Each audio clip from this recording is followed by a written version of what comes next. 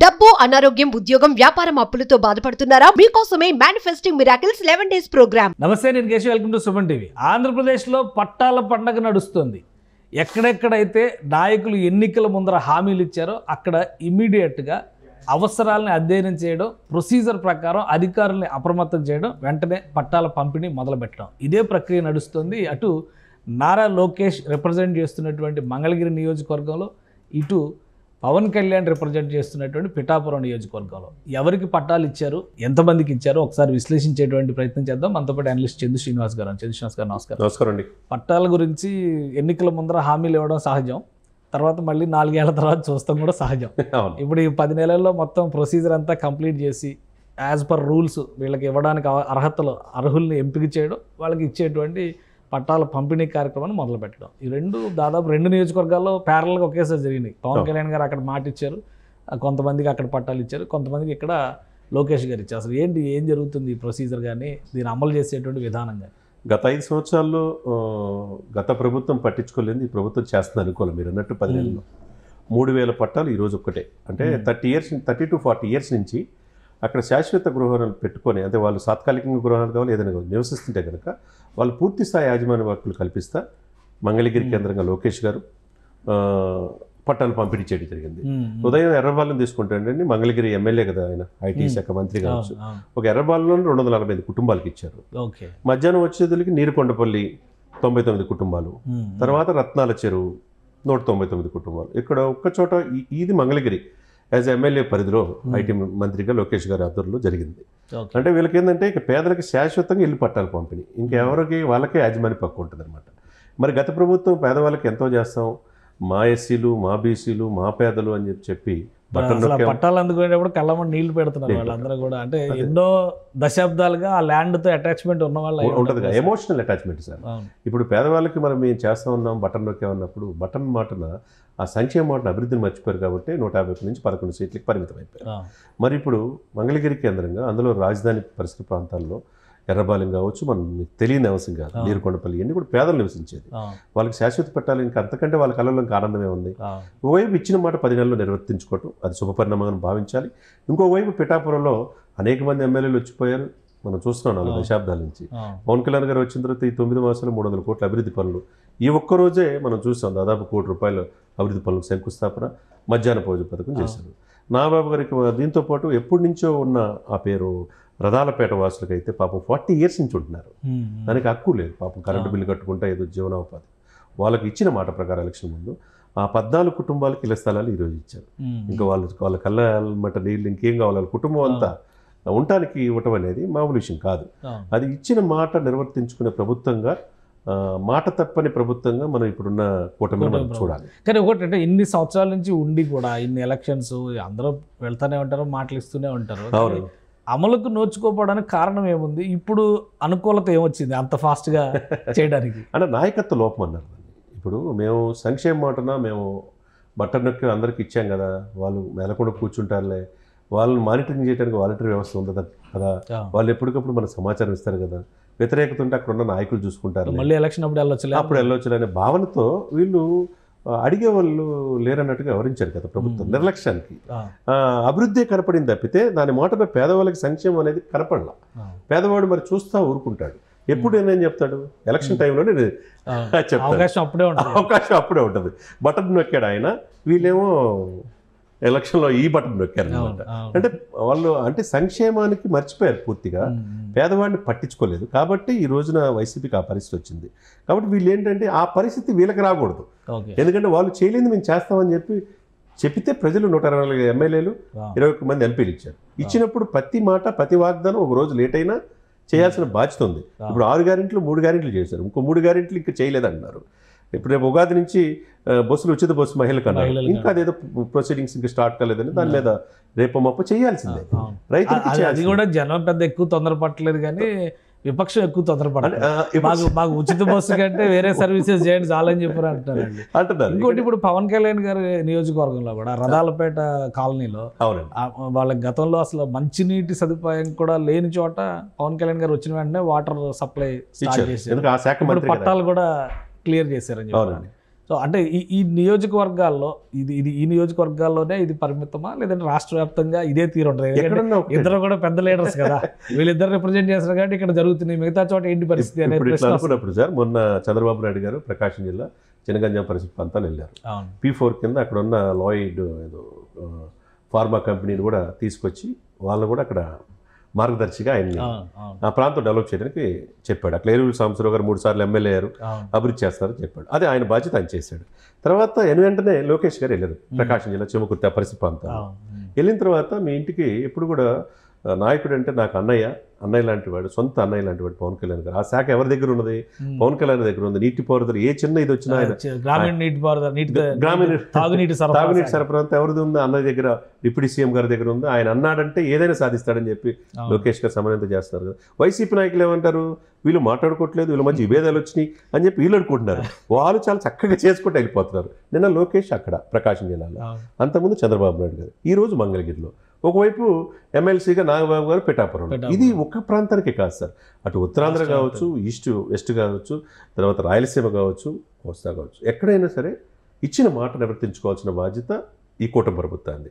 ఆ దిశగా వీళ్ళు వెళ్తున్నారనేది స్పష్టంగా మనకు కనపడుతుంది. రైట్. థ్యాంక్ యూ శ్రీనివాస్ గారు విశ్లేషణ అందించినందుకు. ఇది నియోజకవర్గాల వారీగా ఇళ్ల పట్టాలకు సంబంధించి సమస్యలు ఉన్నటువంటి ప్రాంతాలపైన కూటమి ప్రభుత్వం దృష్టి పెట్టింది. ఒక్కొక్కటిగా ఇవి సరి చేసుకునేటువంటి ప్రయత్నాలు జరుగుతున్నాయి. శాఖల మధ్య సమన్వయంతో పాటు నాయకుల మధ్య కూడా పటిష్టమైనటువంటి సమన్వయం, అనుబంధం ఉండడం వల్లనే ఈ సమస్యలు వీలైనంత వేగంగా పరిష్కరించడానికి మార్గాలు ఏర్పడుతున్నాయని చంద్ర శ్రీనివాస్ గారు విశ్లేషిస్తున్నారు. ఇది స్పెషల్ డిస్కషన్. Keep watching. నమస్తే, నేను Keshav. Welcome to Suman TV. ఆంధ్రప్రదేశ్లో పట్టాల పండగ నడుస్తుంది. ఎక్కడెక్కడైతే నాయకులు ఎన్నికల ముందర హామీలు ఇచ్చారో అక్కడ ఇమీడియట్గా అవసరాలని అధ్యయనం చేయడం, ప్రొసీజర్ ప్రకారం అధికారుల్ని అప్రమత్తం చేయడం, వెంటనే పట్టాల పంపిణీ మొదలుపెట్టడం, ఇదే ప్రక్రియ నడుస్తుంది. అటు నారా లోకేష్ రిప్రజెంట్ చేస్తున్నటువంటి మంగళగిరి నియోజకవర్గంలో, ఇటు పవన్ కళ్యాణ్ రిప్రజెంట్ చేస్తున్నటువంటి పిఠాపురం నియోజకవర్గంలో ఎవరికి పట్టాలు ఇచ్చారు, ఎంతమందికి ఇచ్చారో ఒకసారి విశ్లేషించేటువంటి ప్రయత్నం చేద్దాం. మనతో పాటు అనలిస్ట్ చంద్ర శ్రీనివాస్ గారు. చంద్ర శ్రీనివాస్ గారు నమస్కారం. నమస్కారం అండి. పట్టాల గురించి ఎన్నికల ముందర హామీలు ఇవ్వడం సహజం, తర్వాత మళ్ళీ 4 ఏళ్ల తర్వాత చూస్తాం కూడా సహజం. ఇప్పుడు ఈ 10 నెలల్లో మొత్తం ప్రొసీజర్ అంతా కంప్లీట్ చేసి యాజ్ పర్ రూల్స్ వీళ్ళకి ఇవ్వడానికి అర్హుల్ని ఎంపిక చేయడం, వాళ్ళకి ఇచ్చేటువంటి పట్టాల పంపిణీ కార్యక్రమాన్ని మొదలుపెట్టడం, ఈ దాదాపు 2 నియోజకవర్గాల్లో ప్యారల్గా ఒకేసారి జరిగినాయి. పవన్ కళ్యాణ్ గారు అక్కడ మాట ఇచ్చారు, కొంతమందికి అక్కడ పట్టాలు ఇచ్చారు, కొంతమందికి ఇక్కడ లోకేష్ గారు ఇచ్చారు. అసలు ఏం జరుగుతుంది ఈ ప్రొసీజర్ కానీ, దీన్ని అమలు చేసేటువంటి విధానం కానీ? గత 5 సంవత్సరాల్లో గత ప్రభుత్వం పట్టించుకోలేదు, ఈ ప్రభుత్వం చేస్తుంది అనుకోవాలి. మీరు అన్నట్టు 10 నెలల్లో 3000 పట్టాలు ఈరోజు ఒక్కటే. అంటే 30 to 40 ఇయర్స్ నుంచి అక్కడ శాశ్వత గృహాలు పెట్టుకొని, అంటే వాళ్ళు తాత్కాలికంగా గృహాలు కావాలి ఏదైనా నివసిస్తుంటే కనుక వాళ్ళు పూర్తి స్థాయి యాజమాన్య హక్కులు కల్పిస్తా మంగళగిరి కేంద్రంగా లోకేష్ గారు పట్టాలు పంపిణీ చేయడం జరిగింది. ఉదయం ఎర్రబాలను తీసుకుంటాడండి, మంగళగిరి ఎమ్మెల్యే కదా ఆయన, ఐటీ శాఖ మంత్రి కావచ్చు, ఒక ఎర్రబాలలో 245 కుటుంబాలకు ఇచ్చారు. మధ్యాహ్నం వచ్చేదికి నీరుకొండపల్లి 99 కుటుంబాలు, తర్వాత రత్నాల చెరువు 199 కుటుంబాలు. ఇక్కడ ఒక్క చోట ఇది మంగళగిరి యాజ్ ఎమ్మెల్యే పరిధిలో ఐటీ మంత్రిగా లోకేష్ గారి ఆధ్వర్యంలో జరిగింది. అంటే వీళ్ళకి ఏంటంటే ఇక పేదలకు శాశ్వతంగా ఇల్లు పట్టాలు పంపిణీ, ఇంకెవరికి వాళ్ళకే యాజమాన్య పక్కు ఉంటుంది అనమాట. మరి గత ప్రభుత్వం పేదవాళ్ళకి ఎంతో చేస్తాం, మా ఎస్సీలు, మా బీసీలు, మా పేదలు అని చెప్పి పట్టాలు అందుకునేటప్పుడు కళ్ళమని నీళ్లు పెడుతున్నారు వాళ్ళందరూ కూడా. అంటే ఎన్నో దశాబ్దాలుగా ఆ ల్యాండ్తో అటాచ్మెంట్ ఉన్న వాళ్ళు ఉంటుంది కదా, ఎమోషనల్ అటాచ్మెంట్ సార్. ఇప్పుడు పేదవాళ్ళకి మేము చేస్తూ ఉన్నాం బటన్ నొక్కేమన్నప్పుడు బటన్ మాటన ఆ సంక్షేమ మాటను అభివృద్ధిని మర్చిపోయారు కాబట్టి 150 నుంచి 11 సీట్లకి పరిమితం అయిపోయారు. మరి ఇప్పుడు మంగళగిరి కేంద్రంగా, అందులో రాజధాని పరిసర ప్రాంతాల్లో ఎర్రబాలెం కావచ్చు, మనం తెలియని అవసరం కాదు, నీరుకొండపల్లి, ఇవన్నీ కూడా పేదలు నివసించేది. వాళ్ళకి శాశ్వత పట్టాలు ఇంకా అంతకంటే వాళ్ళ కళలో ఇంకా ఆనందమే ఉంది. ఓవైపు ఇచ్చిన మాట 10 నెలల్లో నిర్వర్తించుకోవటం అది శుభపరిణామంగా భావించాలి.